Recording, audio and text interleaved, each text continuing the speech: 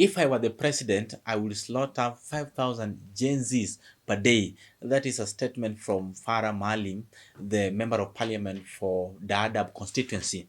And the big question is what is the political fate of Farah Maalim after he has been expelled from Wiper Party? So, my co-host Kwach, can you take us through what has led Farah Maalim to this situation? Okay, first of all, I would say that, he's been somebody we'd call the same way NTV refer to some senior government official as Mpiaro. We'd refer to him as Mpiaro. He's someone who just talks without thinking. Because during the Gen Z protests in last year, June, last year, June, he started by saying what you've just opened our show with, that if he were the president, if he was in charge, he would have killed 5,000 per day. And that maybe would be his response or reaction to the protests. Again, that didn't go well with Kenyans. People complained, and of course there was an uproar everywhere, online and offline. Then later he has been talking and giving statements here and there which are very contradicting. Then recently, alafu washenzi wengine wanasema ati Kasongo Ruto must go. Kuma nina zenu hao ambao wanasema hivyo. Kwani amekaa kwa kiti ya mama yako ama baba yako? Amekaa kwa kiti yetu sisi na tutamchagua, tutamrudisha with 99% from Northeastern province, Upper Eastern, wafugaji wote, na nyinyi mtaniahidi mtanipa mimi 99% ama 100%. Mtanipa ngapi? Mtanipa ngapi? Remember, this is someone who is an MP, someone who has served actually in the chambers as a deputy speaker, and like someone who should be respected, speaking about these things. So after he spoke, we didn't see the president like tell him to stop it. The president didn't even react on it. The only reaction the president gave was laughing, a laugh. Then, of course, the Wiper Party was also silent anyway. After that, we didn't see them talk. Maybe because of the procedures or anything. I'm not sure as to why they were silent about that. Because they didn't make the statement immediately. They didn't do it the following day. Not even the following day again. They waited.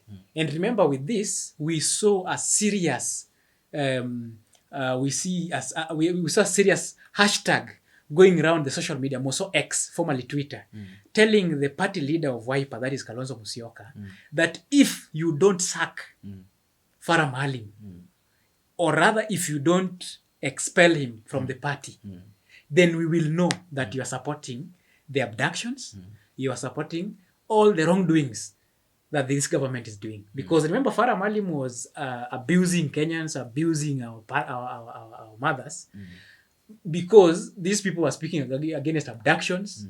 These people are now speaking about and giving the president different nicknames, which is anyway normal, because once you're in the political space, you don't expect everybody to love you. And when again you are doing wrong things the same way now Ruto is doing, you don't expect people to like entertain you. So with that, and now this senior government official, actually an MP, insulting people, so there was this serious push from the people. If you don't, then we will see you as one of those people who are supporting this. And now, remember, Kalonzo is a candidate, and he wants to become the president of this country. He's a senior counsel. He has a party which he has to also keep its reputation. And he's one person who also has people who are looking up to him as a leader. So he had to take action. And now that fate is falling away with Farah Maalim, who can save him from this situation? The president, or maybe he goes to court? It only happens that Kenya, most of our institutions are not working. But if our institutions were working, then Farah Maalim would have gone back for a by-election. Because the constitution has it that if you came into parliament through a party, you used a party ticket to come to the parliament, you are elected through a party.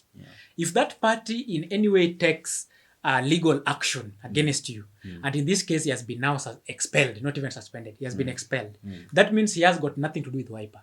He cannot face the committee, the disciplinary committee. Like his ties with Wiper is gone.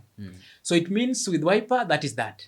So the next step would be he's supposed to lose his position as the member of the member of parliament for Dadaab and go back for by-election, where he'll now face other candidates. And because out of Wiper, that means out of parliament. And the best the former vice president can do for people to really believe he means what he's saying is to follow up and ensure that all the powers given to the parties by the constitution is followed to the latter, and this member of parliament loses his position as the member of parliament. Without that, then the statements they made are just drama. Yes. So to mean when he gets out of office, the member of parliament position, that it will be a leverage to the Wiper party? And what also is the impact of such an incident to the government? Of course, you've asked two questions. I can't really say that it's a leverage to the Wiper party because it will be just a competition as any other. What we are sure of is that the people cannot elect him back because no one on earth would be happy with what Farah Maalim said if at all he was not saying it to defend. Because even if you're somebody with his right senses, even if somebody does that to defend you, you'd still stand and tell him, in as much as you are defending me, please leave this and this and this out of your mouth, because that is not good. If the president is out here telling people how the youths are very indisciplined, trying to teach and talk to our parents how to raise us, when in real sense those we are looking up to, those the young people are looking at as leaders, are out there insulting and using very weird words, ambiguous words out there, and still the president thinks he's right, and his circle is right. So that affects the presidency because he was doing this to protect the presidency. The president was there, but just reacted by laughing and entertained it. Didn't even talk about it later. And even after the uproar, both offline and online, this thing was discussed in TV stations, it was discussed in radio stations, discussed online social media platforms, and discussed even on the normal the Nyumba Kumi circles. The president has never talked about it. He has never talked about it.